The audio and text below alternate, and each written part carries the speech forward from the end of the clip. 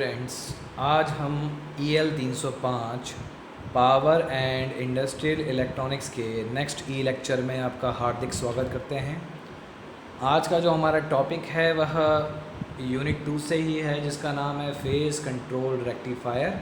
यह 305 का second unit का दूसरा टॉपिक है जो मैं आपके साथ इसकी चर्चा करूँगा। आइए देखते हैं इसको। टॉपिक का नाम क्या है? टॉपिक का नाम है phase control circuit for SCR using UJT। अर्थात इसके पहले टॉपिक में हमने देखा था कि किस प्रकार से SCR के फेज को कंट्रोल किया जाता है, अर्थात SCR के फायरिंग एंगल को कैसे कंट्रोल किया जाता है। फायरिंग एंगल को कंट्रोल करके हम SCR को मिलने वाले जो सिग्नल है, ऑन सिग्नल या ट्रिगरिंग सिग्नल को कंट्रोल कर सकते हैं, जिसके माध्यम से SCR ऑन होता है। यानी कि हम SCR के ऑन को, यानी कि ऑन टाइम को हम क्या कर सकते हैं, कंट्रोल कर सकते हैं। इसे कंट्रोल करके हम क्या कर सकते हैं, हम उसके द्वारा जो पावर है, आउटपुट पावर, उसे कंट्रोल कर सकते हैं। तो आइए देखते हैं किस प्रकार से UJT के माध्यम से इस प्रक्रिया को करते हैं। देखिए, यूनि जंक्शन ट्रांजिस्टर हम पहले पढ़ चुके हैं। तो यूनि जंक्शन ट्रांजिस्टर की यह एक एप्लीकेशन के रूप में है कि यूनि जंक्शन ट्रांजिस्टर के द्वारा हम विभिन्न पावर इलेक्ट्रॉनिक डिवाइसेस जैसे कि SCR ट्राई की ट्रिगरिंग को कंट्रोल कर सकते हैं। दूसरा, इसका जो ट्रिगरिंग सर्किट है मैं आपको अब दिखाऊंगा। देखिए, इसमें जो ट्रिगरिंग सर्किट उपयोग में होता है वो इस प्रकार से होता है। आपको मैं UJT पढ़ा चुका हूँ पहले यूनिट में। उसके लेक्चर आप हमारे जो चैनल है JP से झालावाड़ YouTube के माध्यम से देख सकते हैं, और वहाँ पे पहले यूनिट के आपको सारे के सारे टॉपिक दिखाई देंगे, जिसमें UJT को किस प्रकार से ऑन किया जाता है तथा UJT को एज अ रिलैक्सेशन ऑसिलेटर किस रूप से प्रयुक्त किया जाता है, उसका पूरा वर्णन आपको 2 वीडियो में मिल जाएगा। तो आज हम SCR को UJT के माध्यम से कंट्रोल करेंगे। तो देखिए, उसके लिए जो बेसिक सर्किट है वो इसी प्रकार से होता है। देखिए, आप देख सकते हैं यहाँ पर ये एक UJT ट्रिगरिंग सर्किट है जो SCR के लिए प्रयुक्त किया जाता है। इसमें होता क्या है, देखिए ये एक UJT है। इस UJT के जो एमीटर सेक्शन की तरफ हमने एक कैपेसिटर लगाया, और ऊपर की तरफ हमने क्या लगाया, एक रेजिस्टेंस लगाया है। ये इसका बेस 1 और ये बेस 2 टर्मिनल है, ठीक है। तो यहाँ पर एक अपने क्या करा है, एक बायसिंग बैटरी लगाई है। अब इस सर्किट को हम सिंपली देखते हैं। देखिए, ये जो ये सिग्नल है यहाँ पर, ये इसका आउटपुट सिग्नल है, ये इसका आउटपुट सिग्नल है, ये वाला।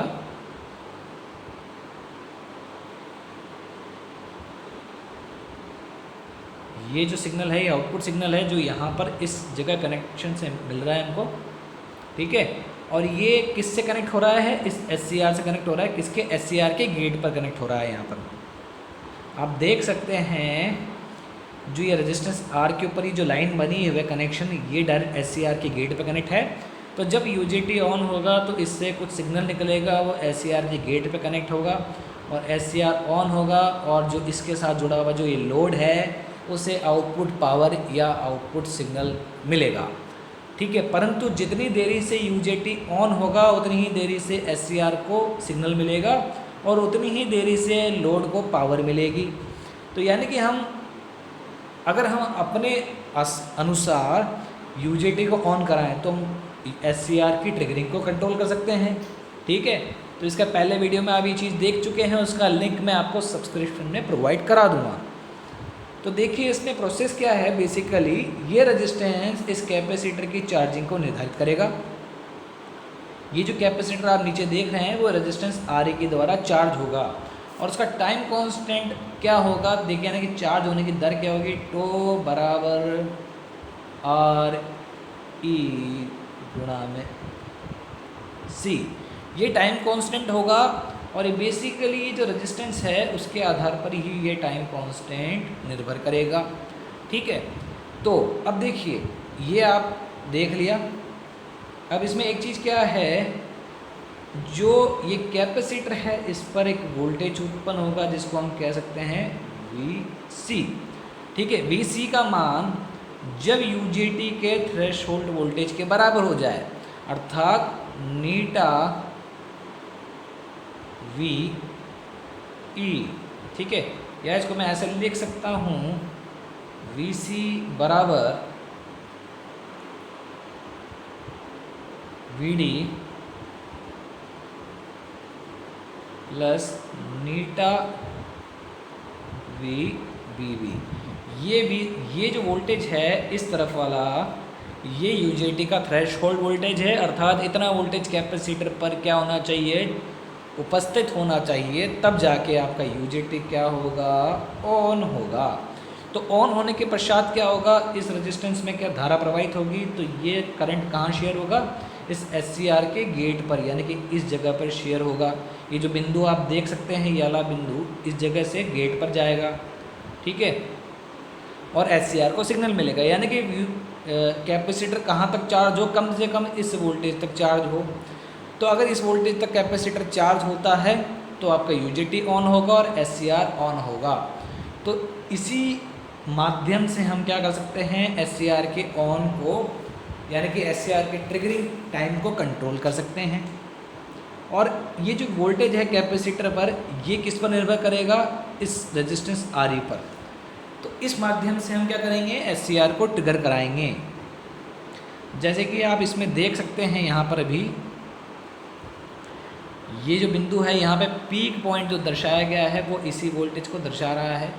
इसके पश्चात आपका यूजेटी क्या हो जाएगा, ऑन हो जाएगा, फिर धीरे धीरे से डिस्चार्ज होगा। और डिस्चार्ज कैसे होगा, डिस्चार्ज इस रेजिस्टेंस के द्वारा होगा, क्योंकि जब इसमें धारा प्रवाहित होगी तो ये रेजिस्टेंस के द्वारा डिस्चार्ज होगा। तो डिस्चार्जिंग टाइम क्या आएगा इसका, TD बराबर R गुणा में C, ठीक है। तो ये इसकी प्रक्रिया रहेगी कुछ इस प्रकार से। तो आइए देखते हैं इसका सर्किट डायग्राम कैसा होता है। पहले मैं एक बार इसकी आपको इस सर्किट की जो वर्किंग है लिखित में समझा देता हूँ। देखिए, वर्किंग ऑफ कैपेसिटर। देखिए, इनिशियली जो कैपेसिटर है चार्ज किसके द्वारा होगा, रेजिस्टेंस RE के द्वारा, ठीक है। जो मेन हम डायग्राम बनाएंगे उसमें हमने रेजिस्टेंस को कुछ और लिया है, वहाँ पे हम R नाम दे सकते हैं उसको। तो वो क्या होगा, वो चार्ज होगा कैपेसिटर रेजिस्टेंस RE के द्वारा। जब कैपेसिटर चार्ज हो जाएगा पूरी तरह से तो यूजेटी ऑन होगा, और फिर ऑन होने के पश्चात SCR के गेट पर सिग्नल जाएगा, और जो कैपेसिटर है वो पुनः किसके द्वारा डिस्चार्ज होगा, रेजिस्टेंस जो इसके यहाँ पर ये लगा हुआ है इस रेजिस्टेंस के द्वारा। तो जब ये कैपेसिटर डिस्चार्ज हो जाएगा फिर पुनः वापस वही प्रक्रिया चालू होगी चार्जिंग की, अर्थात चार्ज होगा, फिर चार्जिंग डिस्चार्जिंग की प्रक्रिया चलती रहेगी और SCR को सिग्नल मिलता रहेगा। तो इसका जो डायग्राम है कुछ इस प्रकार से है। इस प्रकार से SCR को यूजेटी के माध्यम से इस सर्किट के द्वारा क्या किया जाता है, ट्रिगर किया जाता है, ठीक है। इसे सिंक्रोनाइज सर्किट कहते हैं, या इसको एक और नाम दिया गया है सिंक्रोनाइज यूजेटी ट्रिगर सर्किट, ठीक है। यूजेटी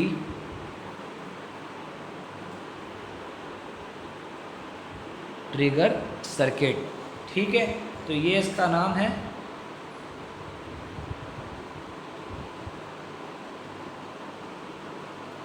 तो इसमें देख सकते हैं आप यहाँ पे किस प्रकार से, देखिए मैं आपको इसको सेक्शन वाइज बांट के बताता हूँ। जो ये वाला सेक्शन है, ये जो मैं डॉट डॉट करके अलग कर देता हूँ, तो ये वाला जो सेक्शन है वो तो हमारी सप्लाई है, मेन सप्लाई, ठीक है। ये क्या है, AC सप्लाई है।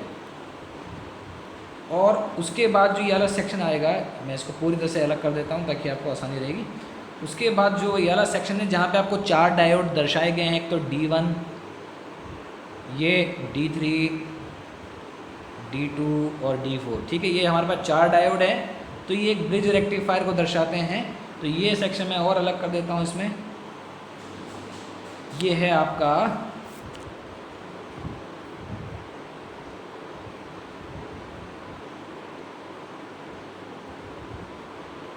ब्रिज रेक्टिफायर, ठीक है, ब्रिज रेक्टिफायर है ये। तो देखिए AC आएगी, तो ये रेक्टिफायर का काम क्या होता है, AC को DC में चेंज करना, अर्थात तो ये रेक्टिफायर क्या करेगा, आपको डीसी में वोल्टेज चेंज करके देगा और उसका मान क्या होगा, वीडीसी। ठीक है, तो इसका मान होगा वीडीसी। अर्थात ये जो रेक्टिफायर है इससे जो हमें वोल्टेज मिलेगा वो यहाँ दर्शाया गया है। देखो आप देख सकते हैं कि यहाँ पे एक वोल्टेज दर्शाया गया है वीडीसी, जो इस रेक्टिफायर के द्वारा हमें क्या होगा, प्राप्त होगा। और यहाँ पे जो रेजिस्टेंस R1 है वो किस लिए लगाया गया है, ताकि वीडीसी जो पूरा का पूरा वोल्टेज है वो आरोपित ना हो इस बाकी पे आगे के सर्किट पर। तो ये जो रेजिस्टेंस R1 है ये लिमिट करेगा इस वोल्टेज को, ताकि ये लिमिट क्वांटिटी में आगे के सर्किट को प्राप्त हो। ठीक है, अब क्या होगा, उसके आगे हमने क्या लगा रखा है, एक जेनर डायोड लगा रखा है। तो जेनर डायोड क्या करता है, जेनर डायोड का काम होता है, जैसे कि आप जानते हैं कि उसे रिवर्स दिशा में जब उसके ब्रेकडाउन वोल्टेज से अधिक वोल्टेज दिया जाए तो वह क्या होता है, एक कांस्टेंट वोल्टेज सोर्स के रूप में काम करता है।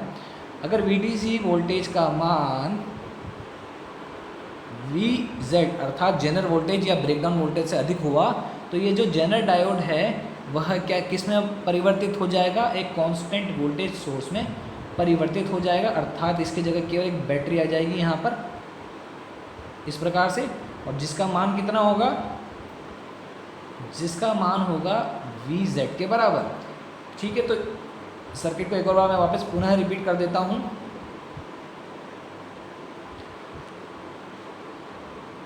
ये जो है आपकी AC सप्लाई है, ठीक है, और ये जो यहाँ से यहाँ तक का सर्किट है वो रेक्टिफायर है। ठीक है, ये AC सप्लाई को DC में चेंज करेगा। ठीक है, उसके बाद ये जेनर डायोड है वो क्या करेगा, ये कांस्टेंट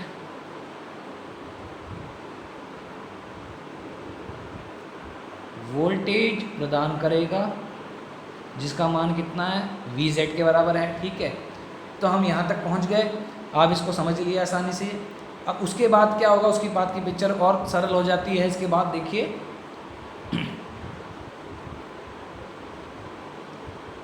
उसके बाद देखिए, अब ये जो यहाँ तक का सर्किट है ये वाला, ये जो मैं आपको बिंदु से इंगित करके बता रहा हूँ, तो यहाँ पे दो चीज़ें हैं इस जेनर डायोड के सामने, एक तो रेजिस्टेंस R ये वाला और एक कैपेसिटेंस। ठीक है, ये दोनों बिल्कुल पिछले सर्किट के जैसे हैं। आपको मैंने जो सर्किट बताया था पीछे, ये बिल्कुल वही का वही सर्किट यहाँ पे आ चुका है। आप देखिए, तो उसकी प्रोसेसिंग यही रहेगी। तो जो ये VZ जो वोल्टेज है वो कहाँ आरोपित होगा, इन दोनों पे। तो ये दोनों इसकी क्या है, पैरेलल में है, परंतु रेजिस्टेंस R और कैपेसिटर C दोनों सीरीज़ में है। तो इन पर क्या वोल्टेज आरोपित हो रहा है, VZ आरोपित हो रहा है, और दोनों में ही मात्रा में बढ़ जाएगा VZ। ठीक है, तो जो रेजिस्टेंस R जितना परिवर्तित करेंगे उसी माध्यम से कैपेसिटर का वोल्टेज है VC वो उत्पन्न होगा। अर्थात जो कैपेसिटर की जो चार्जिंग दर है वो किस पर निर्भर करेगी, कैपेसिटर की जो चार्जिंग दर है वो किस पर निर्भर करेगी, रेजिस्टेंस R पर। तो इस रजिस्टर के माध्यम से ये जो कैपेसिटर है वो चार्ज होना प्रारंभ करेगा और उसका टाइम कांस्टेंट क्या रहेगा, T बराबर RC। और ये वोल्टेज इसमें एक उत्पन्न होगा जिसका नाम है VC, जो आपको यहाँ दर्शाया जा रहा है। इसका वोल्टेज कितना रहेगा, VC। तो इस वोल्टेज VC का मान कितना होना चाहिए, कम से कम होना चाहिए इसका मान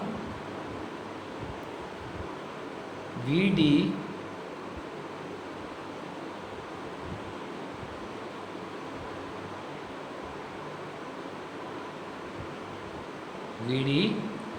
प्लस नीटा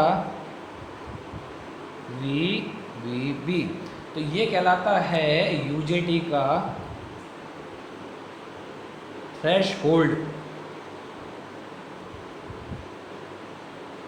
वोल्टेज। तब जाके आपका UJT क्या होगा, ऑन होगा। जैसे ही UJT ऑन होता है तो क्या होगा, जो निचला सर्किट है ये वाला, इसमें करंट प्रवाहित होगा। ये मैं लाल अंक से इंगित कर रहा हूँ। तो ये जो प्राइमरी कॉइल है ट्रांसफार्मर की, उसमें क्या होगा, धारा प्रवाहित होने की वजह से वहाँ पे क्या होगा, फ्लक्स उत्पन्न होगा, मैग्नेटिक फ्लक्स। और ये जो मैग्नेटिक फ्लक्स है, ये जो सेकेंडरी कॉइल्स हैं, ये देखिए ये SCR के गेट को कनेक्ट हो रही हैं। ठीक है, आप देख सकते हैं यहाँ पे G1 यानी कि SCR1 का गेट और G2 SCR2 का गेट। तो ये मैग्नेटिक फ्लक्स लिंकेज होने के कारण क्या होगा, ये जो सेकेंडरी कॉइल्स हैं इनमें धारा प्रवाहित होगी और वो जो SCR के गेट को प्राप्त होगी। जो भी SCR इसके साथ जुड़ा होगा उसके गेट को इस प्रकार से देखिए, ये SCR1 के गेट को प्राप्त होगी और ये SCR1 क्या हो जाएगा, उस समय ऑन हो जाएगा। तो इस प्रकार से यह सर्किट कार्य करेगा। और साथ ही साथ जो कैपेसिटर जो चार्ज हुआ था, यह कैपेसिटर इस प्राइमरी कॉइल के माध्यम से डिस्चार्ज होगा, यानी कि जब इसका वोल्टेज पुनः ये जो है इस थ्रेशोल्ड से कम हो जाएगा तो UJT ऑफ हो जाएगा और पुनः फिर वापस ये वाला सर्किट इसी डायरेक्शन में वापस काम करेगा, यानी कि फिर पुनः कैपेसिटर से ही चार्ज होगा। तो ये इसकी वर्किंग है। और इस माध्यम से हम क्या कर सकते हैं, देखिए इस माध्यम से हम ये कर सकते हैं कि हम SCR के जो फायरिंग एंगल को कंट्रोल कर सकते हैं, यानी कि जब तक UJT ऑन नहीं होगा तब तक आपका SCR ऑन नहीं होगा, यानी कि इसके द्वारा आप SCR को ऑन कर सकते हैं देरी से। और उसके लिए कितनी देरी तक, 150 डिग्री तक आप इसको कंट्रोल कर सकते हैं अल्फ़ा को। तो ये जो इसकी वेवफॉर्म कुछ इस प्रकार से रहेंगी, देखिए ये देख सकते हैं आप यहाँ पर, ये आप देख सकते हैं VJT की है, जो जनरल वोल्टेज है उसका वोल्टेज VZ से दर्शाया जा रहा है, जो कांस्टेंट वोल्टेज है देखिए। और ये जो वेवफॉर्म है ये रेक्टिफाइड वोल्टेज है जो हमें रेक्टिफायर के द्वारा प्राप्त हुई है। और साथ ही साथ आप ये देख सकते हैं ये किस प्रकार से कैपेसिटर जो चार्ज हो रहा है उसकी टाइम कांस्टेंट देखिए, कैपेसिटर चार्ज होने में ज़्यादा समय लगा रहा है, बिल्कुल रैंप जैसा सिग्नल है। रैंप मतलब किसी इस प्रकार से रैंप सिग्नल के तौर पर। तो ये तो इसका हो गया चार्जिंग, ये तो इसका चार्जिंग टाइम हो गया। और ये क्या कहलाएगा, इसका डिस्चार्जिंग टाइम कहलाएगा।